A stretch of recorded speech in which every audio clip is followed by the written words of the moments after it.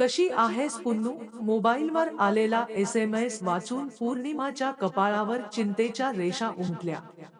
मला अशा नावाने हाक मारणारा कोण असेल? अज्ज तर नसेल ना?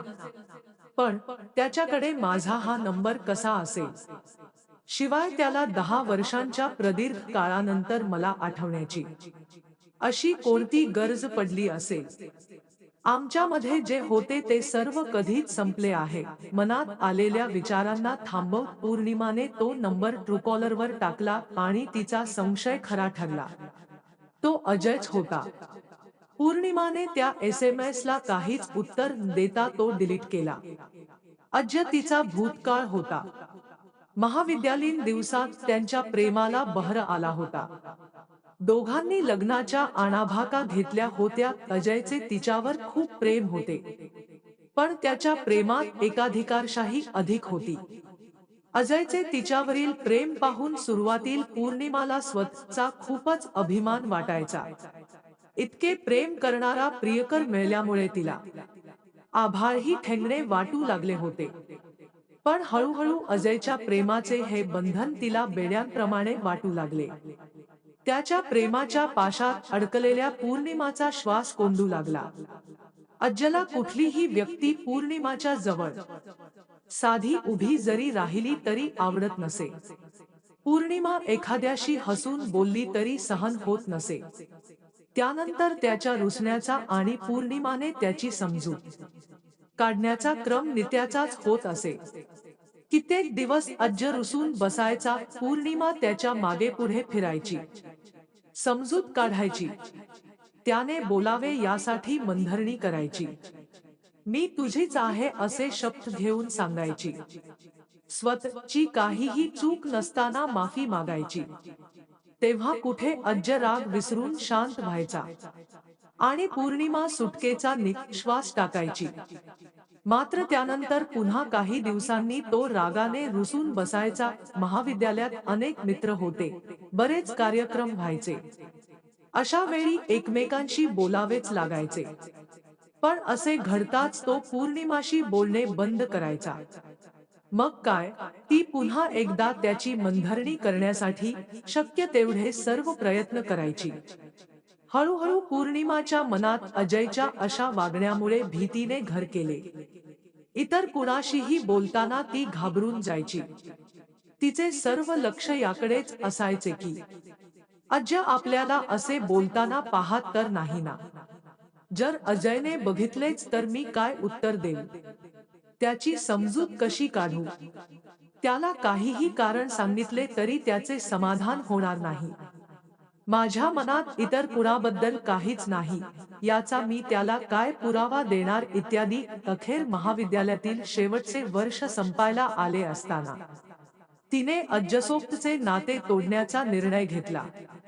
तिला हे चांगल्या प्रकारे माहिती होते की तिच्या या निर्णयामुळे अज्ज खूपच दुःखी होईल. पण हेही नाकारता येत नव्हते की जर यावेळी ती भावनांमध्ये गुरफटली तर भविष्यात तिच्या प्रेमाची नाव अजयच्या संशयी स्वभावाच्या वादळात अडकून बुडून जाईल. हे कोणाच्याच भल्याचे नसेल. अजयच्याही नाही आणि पौर्णिमाच्याही नाही. पौर्णिमाने काळजावर दगड ठेवून तिच्या वडिलांच्या पसंतीचा मुलगा रवीशी लग्न केले. आता या जुन्या शहराशी तिचे नाते केवळ सुट्टीच्या दिवसात माहेरी येण्यापुरतेच राहिले होते. अजयही नोकरीसाठी शहर सोडून गेला आहे हे तिला तिच्या जुन्या मित्रमैत्रिणींकडून समजले होते. मागील 10 वर्षात आयुष्य बदलून गेले. पौर्णिमा 2 मुलांची आई झाली. खासगी महाविद्यालयात शिकवत होती. वेळ पंख लावून कधी उडून गेली हे रवी. मुले आणि संसारात मग्न झालेल्या पौर्णिमाला समजले देखील नाही. पण आज अचानक अजयच्या आलेल्या या SMS मुळे ती घाबरून गेली. काळाची जी तप्त राख आता थंड झाली आहे असे तिला वाटत होते. त्यात अजूनही एखादी ठिणगी जळत होती. तिचा थोडासा बेजबाबदारपणाही या ठिणगीचा भडका उडवेल. आणि आगीच्या या भडक्यात जाणो कितीतरी जणांच्या आशापेक्षा जळून खाक होतील. याची जाणीव पौर्णिमाला झाली. पुढील 3 ते 4 दिवस अजकडून कुठलाच एसएमएस आला नाही. तरीही पौर्णिमा अजकडे दुर्लक्ष करू शकत नव्हती. तिला त्याचा सनकी स्वभाव चांगल्या प्रकारे माहीत होता, त्यामुळेच त्याच्या डोक्यात कटकारस्थान शिजत असल्याचे ती समजून गेली होती. अज्ज शांत बसणाऱ्यांपैकी मुळीच नव्हता. आज नेमके तेच घडले ज्याची पौर्णिमाला भीती होती.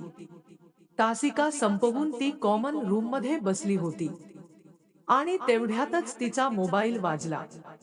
फोन अजयचा होता. तिने घाबरतच तो उचलला. कशी आहेस पुन्हा? अजयचा आवाज थरथरत होता.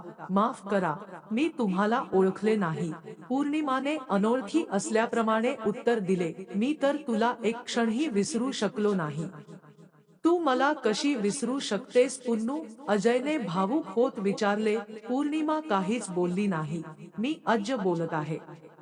10 वर्षे लोटली, पण एकही दिवस असा गेला नाही जेव्हा तुझी आठवण आली नसेल आणि तू मला विसरलीस.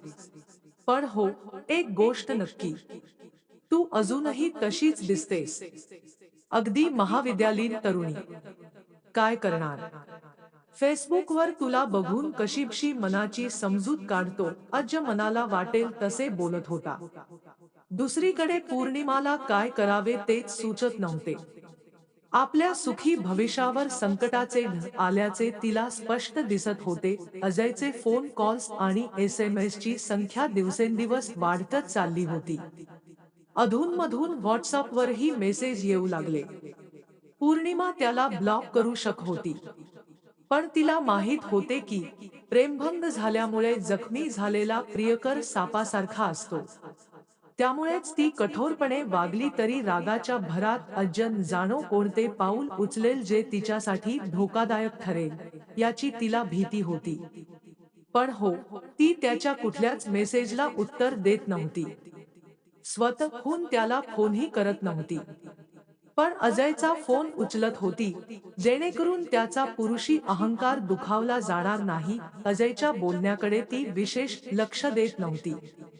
फक्त हा हू म्हणत फोन कट करायची. अजयनेच बोलण्याच्या ओघात तिला सांगितले होते की ज्या दिवशी पौर्णिमाचे लग्न झाले त्याच दिवशी त्याने झोपेच्या गोळ्या खाऊन आत्महत्येचा प्रयत्न केला होता. 2 वर्षे तो प्रचंड नैराश्यात होता. त्यानंतर कसेबसे त्याने स्वतःला सावरले. आई-वडिलांच्या आग्रहामुळे विभाशी लग्न केले, पण पौर्णिमाला तो एक क्षणही विसरू शकला नव्हता. विभा त्याची खूप काळजी घेत असे. आता तोही 2 मुलांचा बाबा झाला होता. काही दिवसांपूर्वीच त्याची बदली या शहरात झाली इत्यादी. अजयचे या शहरात असणे पौर्णिमासाठी त्रासदायक ठरत होते. ती महाविद्यालयात जाण्यासाठी निघायची तेव्हा अनेकदा एखाद्या रस्त्यावर आतुर प्रियकर बनून अज्ज उभा असल्याचे पाहायची. 1 ते 2 वेळा तिचा पाठलाग करत तो महाविद्यालयापर्यंत आला होता. ती सत्य याच काळजीत होती की अजयने काहीही चुकीचे वागू नये, ज्यामुळे तिला सर्वांसमोर मान खाली घालावी लागेल. पुन्नू, तुला 20 एप्रिल आठवतो, आपली पहिली भेट? अजयने उत्साहाने पौर्णिमाला फोनवर विचारले. आठवत तर नव्हता, पण आता तूच आठवण करून दिलीस. पौर्णिमाने शांतपणे सांगितले. 20 एप्रिल जवळ येत आहे. मला तुला एकटीला भेटायचे आहे. कृपा करून नाही म्हणू नकोस. अजयने विनंतीच्या स्वरात सांगितले. अज्ज, मला शक्य होणार नाही. हे शहर छोटे आहे. आपल्याला कोणी एकत्र पाहिले तर मोठी समस्या निर्माण होईल. पौर्णिमाने त्याला समजविण्याचा प्रयत्न केला. इथे नाही तर कुठेतरी दुसरीकडे चल, पण नक्की भेट पुन्नू. तुझ्या मनात आले तर काहीच अशक्य नाही. जर तू आली नाहीस तर मी दिवसभर तुझ्या महाविद्यालयासमोर उभा राहीन. अज्ज हट्ट सोडायला तयार नव्हता. अज्ज, अजून 20 एप्रिल यायला बराच वेळ आहे. मी आताच कुठलेही आश्वासन देऊ शकत नाही. शक्य झाल्यास बघू, असे सांगून तिने विषय टाळला. पण अज्ज सहज सांगून ऐकणाऱ्यांपैकी नव्हता. तो दर 2 दिवसांनी कधी मेसेज तर कधी फोन करून 20 एप्रिलला भेटण्यासाठी पौर्णिमावर मानसिक दबाव आणत होता. 5 एप्रिलला अचानक पौर्णिमाला महाविद्यालयीन प्रशासनाकडून सूचना सांगण्यात आले की तिला एनसीसी कॅडेट्सला घेऊन प्रशिक्षण शिबिरासाठी जायचे आहे. 19 ते 25 एप्रिल पर्यंत दिल्लीत होणाऱ्या या शिबिरासाठी महाविद्यालयातील मुलींना घेऊन तिला 18 एप्रिलला दिल्लीला जायचे होते. अज्जला भेटण्यापासून वाचविल्याबद्दल पौर्णिमाने नियतीचे मनोमन आभार मानले आणि नंतर गाणे गुणगुणत दिल्लीला जायची तयारी करू लागली. आपण भेटणार आहोत ना 20 एप्रिलला? अजयने 17 तारखेला तिला व्हॉट्सअप मेसेज केला. मी 20 तारखेला शहराबाहेर आहे. पौर्णिमाने पहिल्यांदाच अजयच्या मेसेजला उत्तर दिले, कृपा करून माझ्यासोबत इतक्या कठोरपणे वागू नकोस. काहीही करून तुझे जाणे रद्द कर. फक्त एकदा शेवटचे माझे म्हणणे ऐक. त्यानंतर मी असा हट्ट कधीच धरणार नाही. अजयने रडक्या इमोजीसह मेसेज पाठवला. यावेळी मात्र पौर्णिमाने कुठलेच उत्तर दिले नाही. कुठे जाणार आहेस? एवढे तर सांगू शकतेस ना? अजयने पुन्हा मेसेज केला. दिल्ली. मीही येऊ? अजयने मेसेज करून विचारले, तुझी मर्जी. या देशाच्या प्रत्येक नागरिकाला कुठेही येण्या जाण्याचा अधिकार आहे. असे टाईप करून त्याच्यासह 2 स्माइली टाकून तिने मेसेज केला. तर मग 20 एप्रिलला मीही दिल्लीला येत आहे. अजयने लिहिले. पौर्णिमाला असे वाटले की एकतर तो दिल्लीला येणार नाही आणि आला तरी चांगलेच होईल. कदाचित तिथे एकांतात त्याला सत्याचा आरसा दाखवून वर्तमान काळात आणता येईल. वेडा अजूनही 10 वर्षांपूर्वीच्या काळात अडकला आहे. पौर्णिमा आपल्या ग्रुपसह 19 एप्रिलला सकाळी दिल्लीत पोहोचली. शिबिरात मुलींच्या राहण्याची व्यवस्था इतर ग्रुपच्या मुलींसोबत तर ग्रुपसोबत आलेल्या लीडर्सची व्यवस्था अन्य ठिकाणी करण्यात आली होती. चहा नाश्ता आणि जेवणासाठी एक हॉल होता, जिथे नियोजित वेळेनुसार सर्वांना हजर राहायचे होते. नाश्ता झाल्यावर मुली शिबिरात रमल्या तर पौर्णिमा आपल्या खोलीत येऊन खाटेवर पहुडली. बऱ्याच वर्षांनंतर तिला असा निवांतपणा मिळाला होता. तिला झोप आली. ती उठली तेव्हा संध्याकाळ झाली होती. चहा पिण्यासाठी ती हॉलच्या दिशेने निघाली. तितक्यात तिचा फोन वाजला. मी इकडे आलो आहे. तू दिल्लीत कुठे थांबली आहेस? अज्ज, तुझे इकडे येणे शक्य नाही. तू उगाचच त्रास करून घेत आहेस. पौर्णिमाने पुन्हा एकदा त्याला टाळण्याचा प्रयत्न केला. मला तुझ्याकडे येणे शक्य नसेल, पण तू तर माझ्याकडे येऊ शकतेस ना. मी माझा पत्ता पाठवतो. उद्या तुझी वाट पाहीन. असे सांगून अजयने फोन कट केला. त्यानंतर थोड्याच वेळात पौर्णिमाच्या फोनवर अजयच्या हॉटेलचा पत्ता आला. 20 तारखेच्या सकाळी जेव्हा मुली शिबिरात सराव करीत होत्या तेव्हा पौर्णिमा कॅब करून अजयने पाठवलेल्या पत्त्यावर पोहोचली. रिसेप्शनला अजयच्या रूमबद्दल विचारले व त्याला मेसेज पाठवला. अजयने तिला रूमवरच बोलावले. दरवाजा उघडाच होता, पण आत खूपच अंधार होता. पौर्णिमाने आत पाऊल टाकताच सर्व लाईट एकदम सुरू झाल्या. तज्ज तिच्यासमोर लाल गुलाबांचा गुलदस्ता घेऊन उभा होता.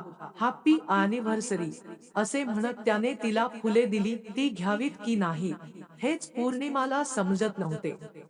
तरीही शिष्टाचार म्हणून तिने ती घेतली व बाजूच्या टेबलवर ठेवून ती सोफ्यावर बसली. काही वेळ तेथे शांतता होती. असे म्हणतात की एखाद्यावर मनापासून प्रेम असेल तर संपूर्ण सृष्टीच तुमची आणि त्या व्यक्तीची भेट घडवून आणण्यासाठी प्रयत्न करू लागते. चित्रपटातील या संवादाची आठवण करून देत अजयने शांततेचा भंग केला. अज्ज, तुला काय हवे आहे? स्थिरावलेल्या पाण्यात दगड मारण्याचा प्रयत्न का करीत आहेस? जर वादळ उठले तर खूप काही नेस्तनाबूत होऊन जाईल. पौर्णिमाने पुन्हा एकदा त्याला समजविण्याचा प्रयत्न केला. कृपा कर, आज कुठलाही उपदेश नको. कितीतरी प्रयत्नांनंतर तुला असे जवळून पाहता, बोलता येत आहे. मला याचा आनंद घेऊ दे. अज्ज तिच्या खूपच जवळ गेला होता. त्याच्या अधीर झालेल्या श्वासांची जाणीव पौर्णिमाच्या गालांना झाली. त्यामुळे ती गोंधळून त्याच्यापासून थोडी दूर गेली.